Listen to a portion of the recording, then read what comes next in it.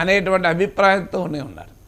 ఆంధ్రప్రదేశ్కి వచ్చే వరకు టీడీపీ వైసీపీ ఇద్దరు కూడా ఏ స్థాయికి వచ్చారంటే ఏమాత్రమూ అంగీకరించలేదు. తమ నాయకుడే రైట్, ఇక తమ పార్టీయే రైట్. ఏమాత్రం భిన్నమైన అభిప్రాయం చెప్పినా సహించలేని పరిస్థితి. అది వాళ్ళ పార్టీ, బయట వాళ్ళే కాదు, ఎవ్వరు చెప్పకూడదు. ఈ ధోరణి మీకు గతంలో వైసీపీలో చూసాం, ఇప్పుడు టీడీపీలో ఇంకెక్కువ మోతాదులో చూస్తున్నాం. ఎందుకంటే ఈవెన్ పార్టీ సోషల్ మీడియా విభాగాలకు కూడా ఇండిపెండెంట్గా మాట్లాడినా కూడా దాన్ని సహించలేని పరిస్థితి. మాలాంటి వాళ్ళు ఏమన్నది మంచికి మంచి చెప్తాం. ఇప్పుడు పింఛన్లు ఉదాహరణ ఉంది. జగన్మోహన్ రెడ్డి వాలంటీర్లు లేకపోతే ఇవ్వలేమని చెప్పి నానా ఇబ్బందులు పెట్టాడు. చంద్రబాబు నాయుడు వచ్చి ఒక్క రోజులో 90% పూర్తి చేశాడు కదా. నేను చంద్రబాబు నాయుడు అప్రిషియేట్ చేస్తూనే మాట్లాడాను. జగన్ తప్పిది, మరి చంద్రబాబు నాయుడు చేయగలిగినప్పుడు జగన్ ఎందుకు చేయలేకపోయిండని కూడా అడిగాను. సో అలాగే మీకు ఇసుక విధానం, చంద్రబాబు నాయుడు ఉచిత ఇసుక విధానం బెనిఫిట్ అవుతుంది ప్రజలకు. గతంలో జగన్ ఇసుకను అందకుండా చేసి భవన నిర్మాణ రంగమే దెబ్బతిన్నది అన్నాను. ఇవన్నీ ఏవి మాకు పట్టించుకోరు. వాళ్ళకి కావాల్సింది ఏంటంటే అనుక్షణం తమ పార్టీని, తమ నాయకుని పొగడాలి.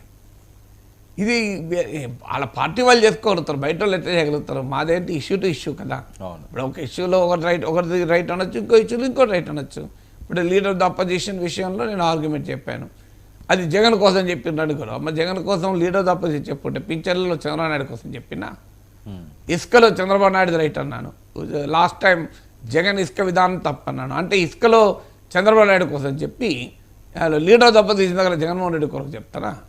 అక్కడైనా ఇక్కడైనా ఇష్యూ పైన నా అంచనా అవగాహన చెప్తాను, అభిప్రాయం చెప్తాను. కానీ దాన్ని కూడా సహించలేని ఒక వాతావరణం అయితే సమాజంలో ఉంది. దానివల్ల ఇలాంటి ఇన్సిడెంట్ జరుగుతుంటాయి.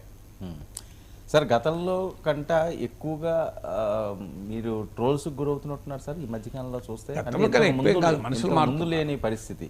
గతంలో కన్నా ఎక్కువ అంటే 5 ఏళ్ల క్రితం నా యూట్యూబ్ ఛానల్ సబ్స్క్రిప్షన్స్ 2 లక్షలు, నాకు 60-70 లక్షల మంది నన్ను చూసేవారు 5 ఏళ్ల క్రితం. ఎన్నికలప్పుడు, ఇది ఎన్నికలప్పుడే ఎక్కువ ఉంటుంది, ఎన్నికల తర్వాత మళ్ళీ అంత సీరియస్గా ఉండదు.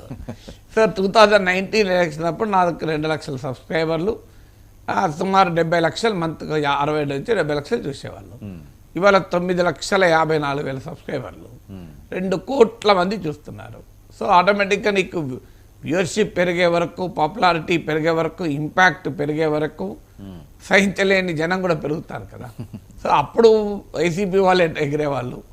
అప్పుడైనా ఇప్పుడైనా అధికారం వస్తుంది మాకే అనుకున్నప్పుడు ఎగురుతున్నారు.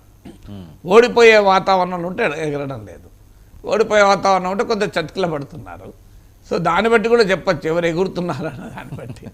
సో 2019లో వైసీపీ అధికారంలోకి వచ్చే వాతావరణం వచ్చింది కనుక అసలు ఇక మా నాయకుని మీరు ఏమనకూడదు, ప్రశ్నించకూడదు అన్న రీతిలో వాళ్ళు మా ట్రోల్ చేసేవాళ్ళు. చంద్రబాబు నాయుడు పేటీఎం అని అట్లా ట్రోల్ చేసేవాళ్ళు. ఇప్పుడు వీళ్ళు అధికారంలోకి వచ్చే వాతావరణం వచ్చి నుంచి వీళ్ళు మొదలైంది.